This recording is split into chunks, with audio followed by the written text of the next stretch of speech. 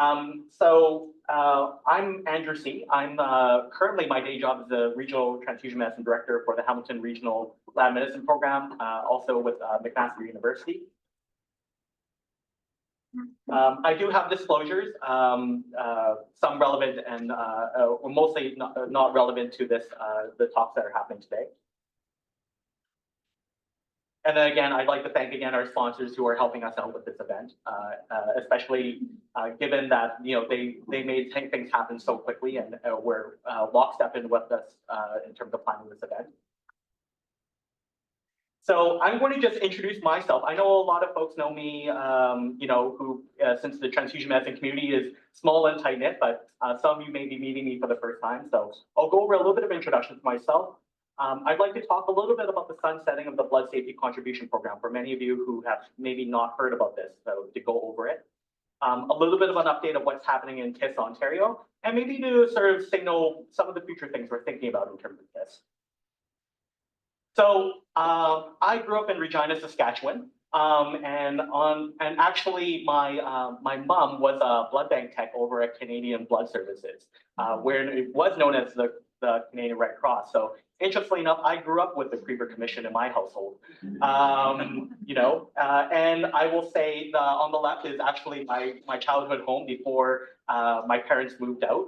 And on the right is CBS Regina. And I remember very distinctly even when my dad used to work late nights, and then when my mom was on call and she had to actually deliver blood to the hospital, we couldn't find babysitting half the time. So she would literally drag me to Canadian Blood Services and have me sit in the car while she was packing units for the hospitals. But interestingly enough, I never even considered transfusion medicine a career, even heading into my fellowships. But actually, when I moved to Ontario for my residency, I did internal medicine at London Health Sciences Centre, and actually was planning to be a nephrologist once upon a time, and actually fell in love with hematology through folks at London Health Sciences Centre. And when I went through my fellowships, I ended up at McMaster University, where actually I met Nancy Hedl, and a lot of the folks at the McMaster Centre for Transfusion Research, like Donnie Arnold and folks like that. And that really sparked an interest for me to actually pursue transfusion medicine as a career, of which I didn't even know this was a career choice, despite having a family member working in the blood system. And I'll say where my ties lightly kind of come into the TISS system is actually when I was a transfusion medicine fellow. I also helped out with one of the TISS reports, the first TISS reports that came out. And then the photo on the bottom right was just a picture of the McMaster Center for Transfusion Research staff a little bit before I left. Just in terms of other things about me, if you talk to me about running, I won't be able to shut up. So I love running. And actually the photo on the left, my wife and I just finished the Chicago Marathon. Yes, that's the one you see on my chest. A bit of a rough day, but got through it. And then we also love to hike. So the middle photo is us. We oftentimes will take trips out to Alberta to hike in the mountains out there. And then nowadays, I happen to live in Dundas, Ontario. So if you see a fit Asian woman running around the waterfalls, and then a slow Asian guy trying to circle to catch up, that's probably us. So we love running in the Dundas Conservation Area. Previous to coming back to Ontario, I practiced in Vancouver for a period of time. So I was with Vancouver Cultural Health. You may know this as Vancouver General Hospital. Was affiliated with the UBC Center for Blood Research, and also had a role at the provincial blood coordinating office there. And interestingly enough, I, by happenstance, happened to land in very similar roles here in Ontario. So have a bit of a role in OrbCon, part of the Hamilton Regional Lab Medicine Program, and sort of finding a home back at the Michael DeGroot Center for Transfusion Research. Finally, I also am the current chair of the National Advisory Committee for Blood and Blood Products, and currently I'm sort of in between resident of being a BC rep and an Ontario rep. Okay, next I'd like to go through the sunsetting of the Blood Safety Contribution Program. And I just want to recognize I wanted to address this because it's a bit of an elephant in the room. And the situation is that probably many of you already know that through the voluntary BSCP, the Public Health Agency of Canada provided about $2.2 million of funding directly to support hemovigilance across Canada. And this was really to support the development and enhancement of provincial and territorial systems that monitor adverse events.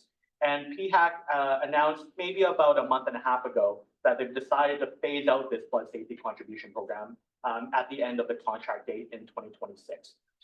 They cited untimely, they cited untimely data collection and synthesis.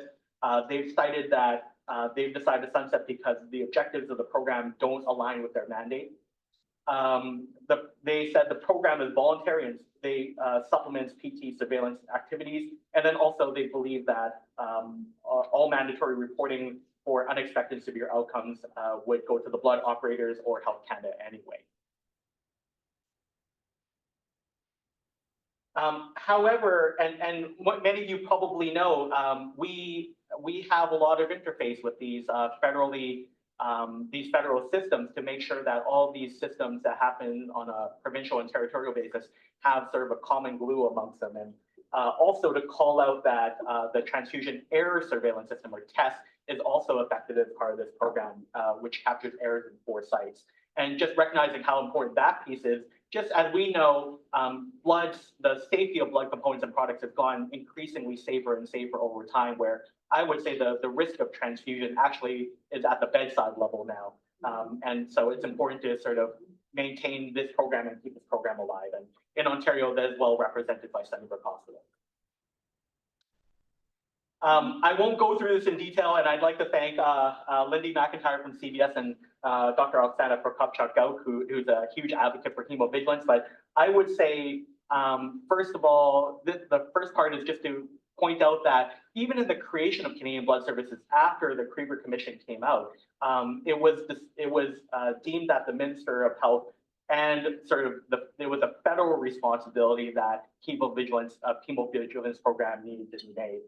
And then also, this lines up well with the Krieger Commission recommendations, which include the safety of the blood supply system, and that provincial and territorial ministries of health report these cases of diseases that can be transmitted by the blood, and also specify the means of transmission, that governing bodies of physicians and surgeons enforce the standard of practice requiring the reporting of these notifiable diseases.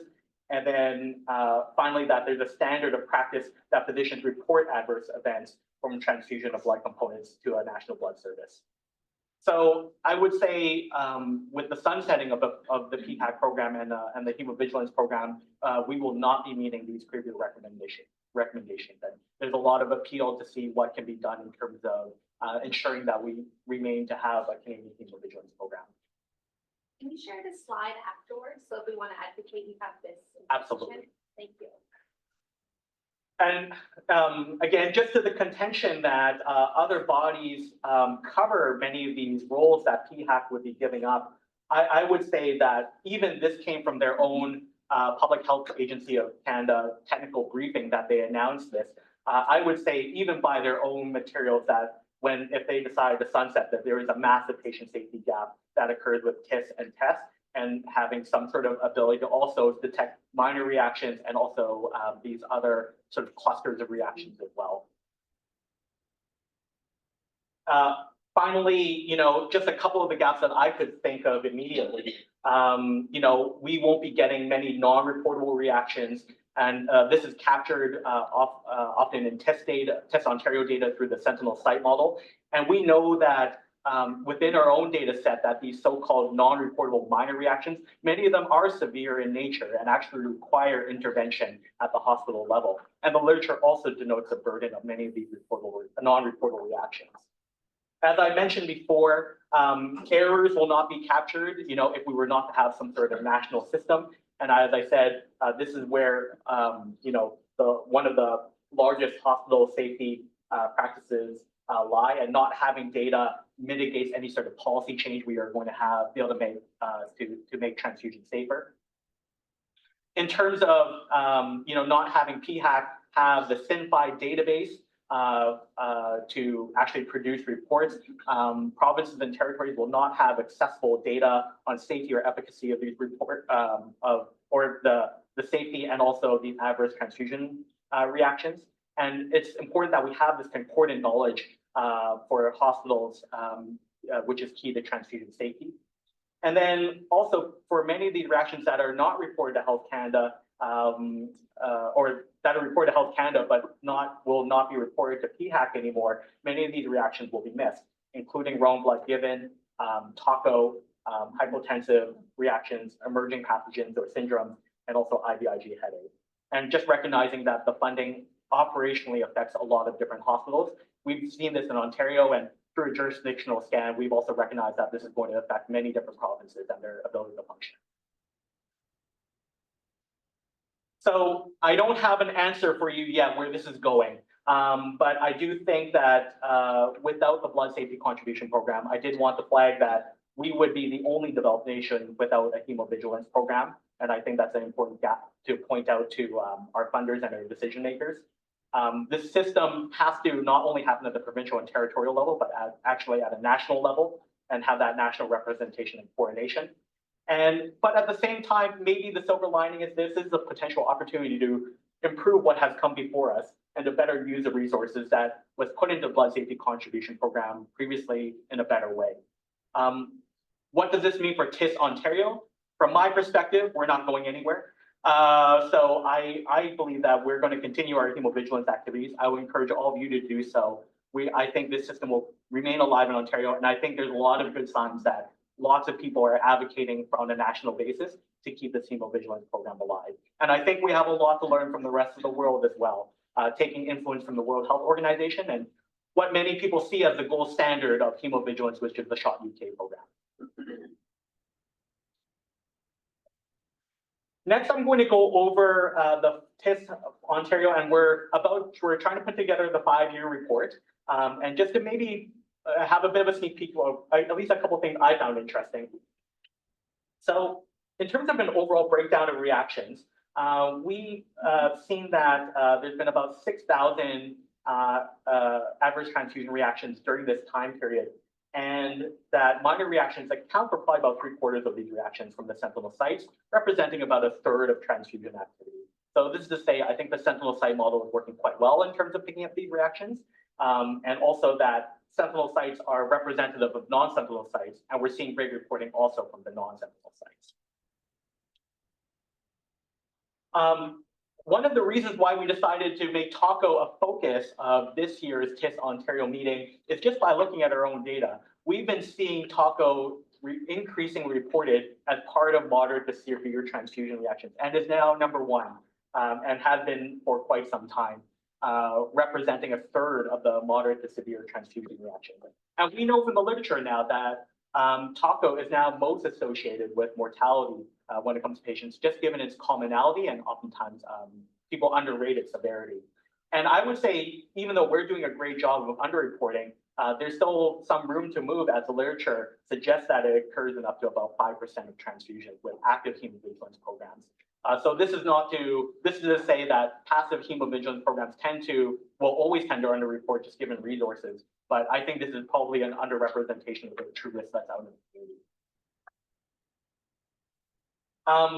My opinion is that for the top 3, and maybe many of these, I think many of these are preventable at the hospital level. And as I said before, I think transfusion safety risk now belies at the hospital level necessarily rather than the product or the component level. And I think it's important that we continue to collect this data, continue to report on it, and continue to collate all this data as much as possible to inform policy. So that allows us to have conversations with our stakeholders, our medical advisory committees and similar policymakers to try to implement policies that might slow down, for example, the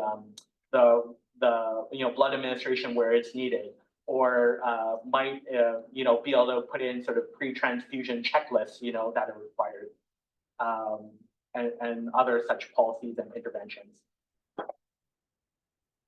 I found some of these reactions a little surprising in my mind. So in terms of moderate to severe, IVIG and headache and transfusion-associated dyspnea were actually much higher than I certainly was expecting, along with IVIG non-specific pain and also aseptic meningitis. And I would say in particular for IVIG headache and transfusion-associated dyspnea, these are highly misunderstood reactions. So I wonder if there's an opportunity for us here, now that we're seeing it quite often, for study and harmonization. The last thing I'd like to call out is if you look at severity for these transfusion reactions that are both severe and life-threatening, again, a high number of reactions. So transfusion is ubiquitous, oftentimes brushed aside as something we can just give just in case. And I would say our data certainly points out that transfusion does have consequences, if people aren't careful. And again, calling out TACO here is many of these reactions are severe or life-threatening. In fact, nearly about half of them.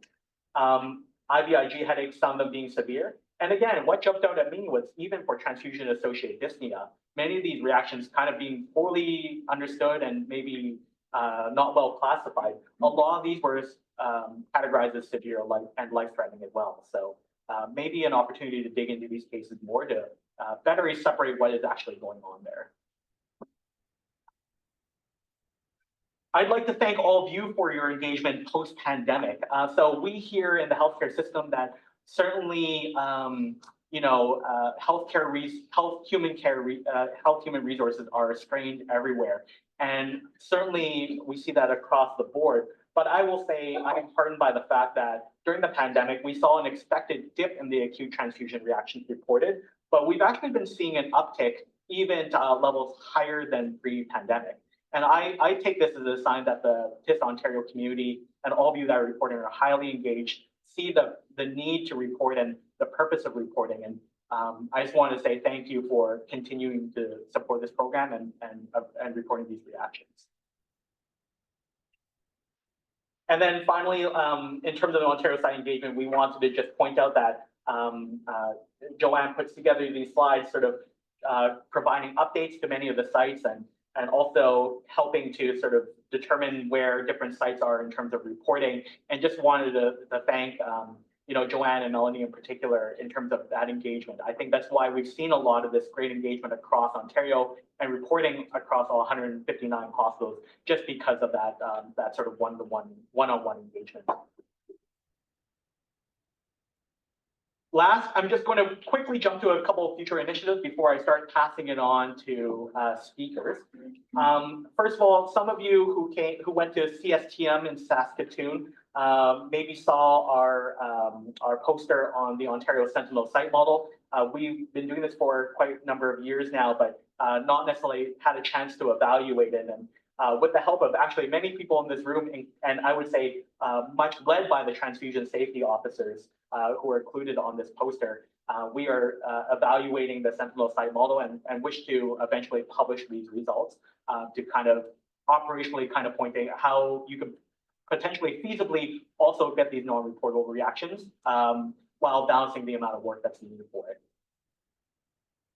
Our pediatric colleagues in Ottawa are working on a manuscript right now, and an interesting finding where through looking at TTISS Ontario data for pediatric transfusion reactions, oftentimes underreported, underappreciated, understudied, there's a suggestion, at least in Ontario, that pediatric patients experience higher rates of severe to life-threatening acute transfusion reactions for plasma and platelets versus adults. So this is currently being worked on by our colleagues in Ottawa. As I mentioned before, I think IVIG headache is an opportunity to study, and like to thank Dr. Shui Ning for especially bringing up being a champion for this topic. So there's some current work in terms of systematic review to outline the literature base, a deeper dive into TTISS Ontario data. And what we're hoping is once we kind of figure out our research questions, we would love to collaborate with other jurisdictions and put all this data together. As we suspect, there's probably not a lot published in this area. So we think this is an opportunity.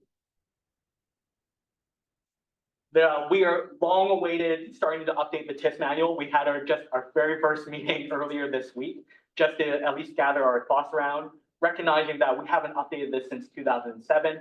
And the great opportunity we have now is that lots of different organizations have already started to work on consolidating and standardizing the way they report transfusion reactions. So our hope is to take some of the influence from the NHSN as well as SHOT UK to sort of influence what our definitions for transfusion reactions will be to better help harmonize and standardize things. Finally, I see, or many of us in TTISS Ontario, and actually I think a lot of you probably see the value of linking TTISS Ontario data to other complementary data sets. And I'd like to point out that this is building upon work that MCTR has already done in the past, where TTISS Ontario data was connected to Hamilton data to actually evaluate that the risk of transfusion reactions was not higher when there was the implementation of 7-day platelets. And we think by linking TTISS Ontario to other data sets, we'll have a better clinical understanding of what happens for transfusion reactions, better be able to inform policy, and also better highlight the usage of this adverse event data. So, and you'll hear some discussion from from Dr. Raza talking a little about this as well. So with that, that's all I had in terms of an initial update, and happy to pass it on to our next speaker, which I believe is Dr. Raza.